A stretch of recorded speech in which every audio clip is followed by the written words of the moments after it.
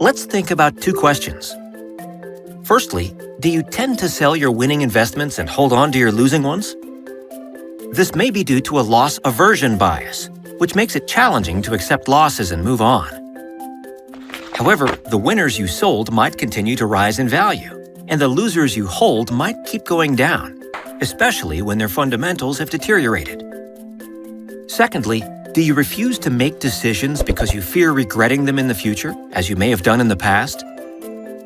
If so, you may have a regret aversion bias, which can lead to a conservative approach or a tendency to follow the herd. They are emotional biases which can lead to poor decision-making and negative outcomes, but are often neglected. By understanding these biases, we can take steps to minimize their influence and make better decisions. Now, I will walk you through two other common emotional biases.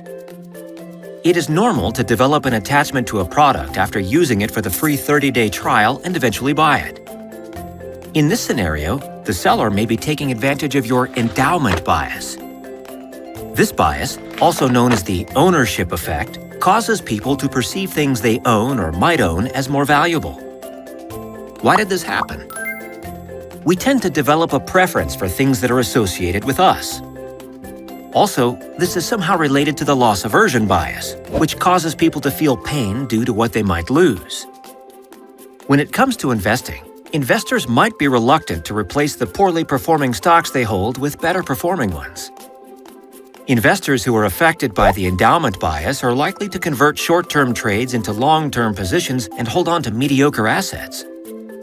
As a result, they may have an overvalued and poorly allocated portfolio that doesn't align with their risk tolerances or financial objectives. To mitigate the impact of this bias, investors can ask themselves questions such as, what is the opportunity cost? And how would I invest now if I had the same amount as my current portfolio? By surrounding yourself with plans, rules, and data, you can create a more rational and objective environment that helps to reduce the impact of emotional attachment. Let's consider another question. Are you very confident that your investments will outperform the average?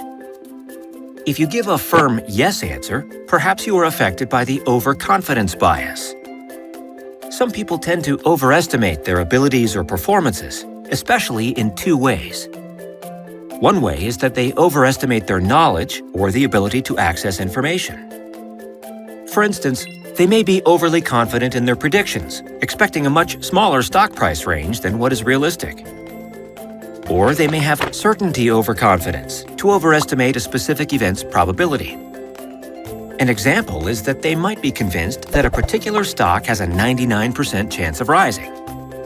Another way is that they have a self-attribution bias, whereby individuals attribute their successes to their own abilities while blaming others for their failures and repeatedly making poor choices. Generally, investors affected by this bias tend to overestimate their judgment of the market or specific investments, disregarding negative signals or other useful information.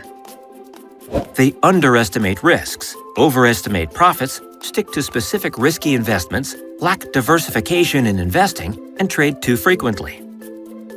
Once you notice an overconfidence bias, you'd better do something. Look back, find out how your past decisions were made and how they led to poor outcomes, and compare them with more rational decisions. Also, reposition yourself to take a more objective view and listen to what others say.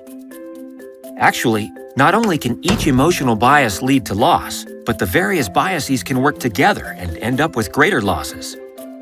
It is necessary to review and analyze your portfolio regularly and promptly adjust it based on your plans and goals. What emotional bias might you have? Please share with us.